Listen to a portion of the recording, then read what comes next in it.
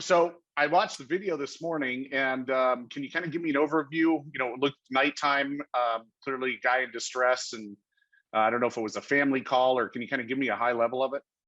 Right. I believe it was an incomplete 911 call or a welfare check. I believe a neighbor called and said that there was a male down the street who was calling for help. Officers arrived on scene and found the male who was laying at the side of the road, but it did end up standing up. He was very clearly impaired on narcotics. He's fairly regular. We've dealt with him several times. When he ends up smoking spice, he's fairly unpredictable. I'm sure you could see that from the video. His body was flailing all kinds of different directions. Previously, we probably could have just sent in multiple officers and grabbed a hold of him and just manhandled him into handcuffs. But we all thought this was a perfect training opportunity to utilize the BolaWrap. And it was kind of hard. Did you wrapped his legs? I did. I did wrap his lower legs. Okay. And it looks like when it went wrapped, he was pretty startled from the sound and then the hit, kind of everything we talk about.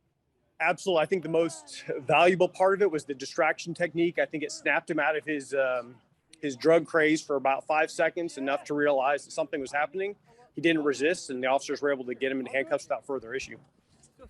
And one of the things we talk about a lot is the value of the training and the plan. And I love the way you guys did the video, because it shows your discussion beforehand. You had a great plan, a great conversation, so everybody knew what was going on. And you weren't rushing through it. I think that was really, for me, really great to hear how you guys weren't panicked. It was just very conversational. This is what we're going to do. Right. And thankfully we had the time to plan like that. Yeah. And I think that's the biggest part of it, is that communication, so that everybody knows what's going on, and it leads to these good outcomes that, again, who knows what different ways it goes, but that's that intent that we talk about, is that early intervention to use it and not having to escalate. Absolutely. Now, did you go through, because I know this was the department's second use, so this is your first use though, personally, correct? That's correct. It's my first use. Were there did it go as planned? Was it pretty easy to use? Any surprises or lessons learned? It was just like training, everything we talked about. Thankfully, like I said, we had enough time to plan for it, and having that time made it very easy to use, and it was very effective. And one of the other things I couldn't tell from the scene, did you guys take it off right there, or did you just leave it on him to get him on the stretcher? So once they had him into handcuffs, they ended up unwinding it from his legs, and he was no longer in the BolaWrap when they put him on the stretcher. And I think at that point there was just enough clarity to understand what was going on, and he didn't kick or anything like that. He was really never combative, but the potential was always there.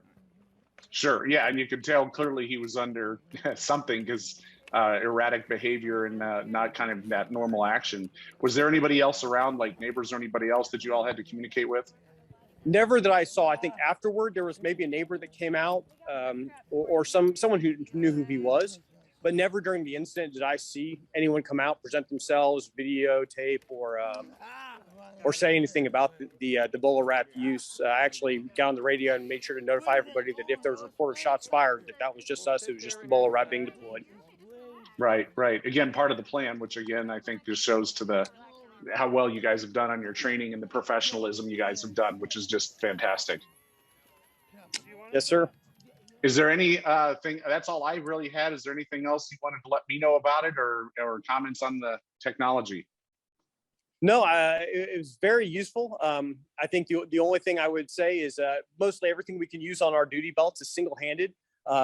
The BolaWrap itself generally takes 2 hands to use, so it takes a little bit longer, but having the available time to prepare yourself, as in this situation, it wasn't too dynamic. Having 2 hands available didn't present any issues.